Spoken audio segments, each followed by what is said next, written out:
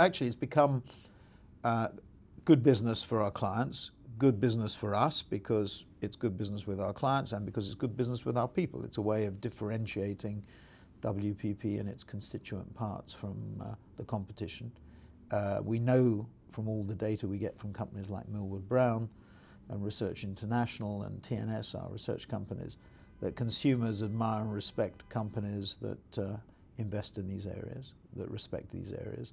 And we also know that people coming out of universities or art schools or design schools or thinking about switching from one company to another in our industry or joining the industry or even thinking about doing other things within our own company, they're held and attracted by commitment to these areas. So it's not about doing good or altruism, although that's a very good side effect.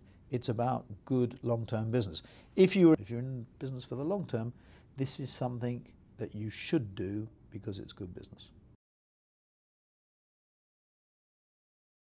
Well, I think business has no choice in that sense. I think the pressures are so great. Just take health, for example. We know, I think, that babies that are born today in Europe, might be the same even in the United States too, have a 50-50 shot at getting to 100 years old.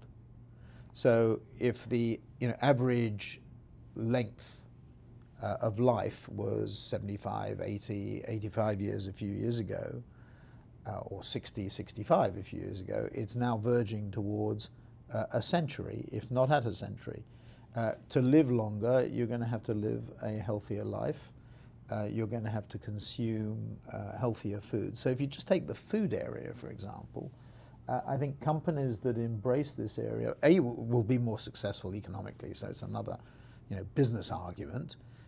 B, they will be more attractive to consumers. We know that already from the research evidence that I've referred to before. And C, will be more attractive destinations for talent. And the war for talent is going to be so difficult because of some of these things that we're talking about. I mean, birth rates are falling. The ages of populations, even in relatively young countries like Mexico. I mean, Mexico, I think, starts to peak in terms of its age profile, I think around 2018, 2019, 2020. So it starts to go the way of Russia, in a sense, at that point in time.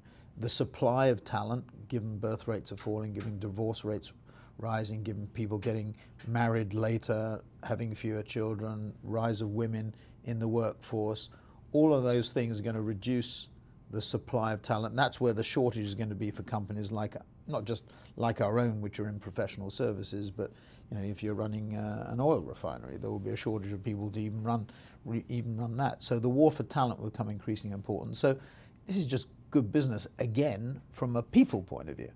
If you embrace these areas, which I think from a consumer point of view are necessary, from a social point of view are necessary, from an environmental point of view are necessary, that NGOs applaud, that governments applaud, if you embrace those areas, the people that are either inside your company or could potentially become inside your company will applaud too. So I think this all fits neatly together in the context of what's happening. The big question is whether we're going to move rapidly enough, whether people are going to be have taken this seriously enough, whether they're prepared to engage, because it's a bit like the threat of the internet or the opportunity of the internet. If you run a legacy company in the media area, if you're a media owner or running an agency, an advertising agency, or indeed a client, you've been used to traditional media, and along come the new media, which have a totally different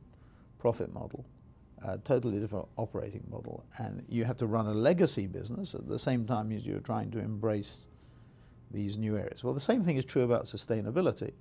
Sustainability means you probably have to run your business in a very different way.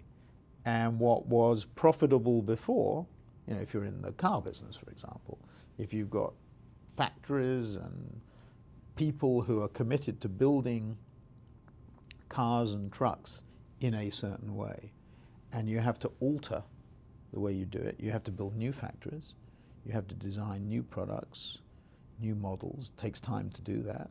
You know, anywhere up to 3, 4, 5. It used to take 5 years. Probably now takes about 3 years. So there's a process. But you've also got these legacy factories which are committed to working in the old way, which makes it it makes it very difficult. So it's the white sheet of paper companies, as I call them.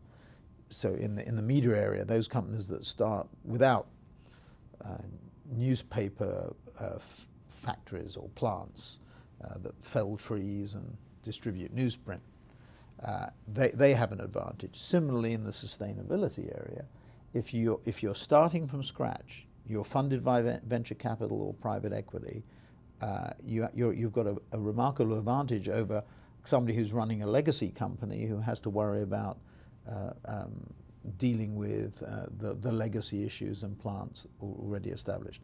I think one of the really good things is that if you look at what's happening in Silicon Valley, if you talk to the venture capitalists and private equity people on the west coast of America, they are amazed at the extent of the commitment of new capital and backing new ideas in the area, in the green areas and sustainability areas.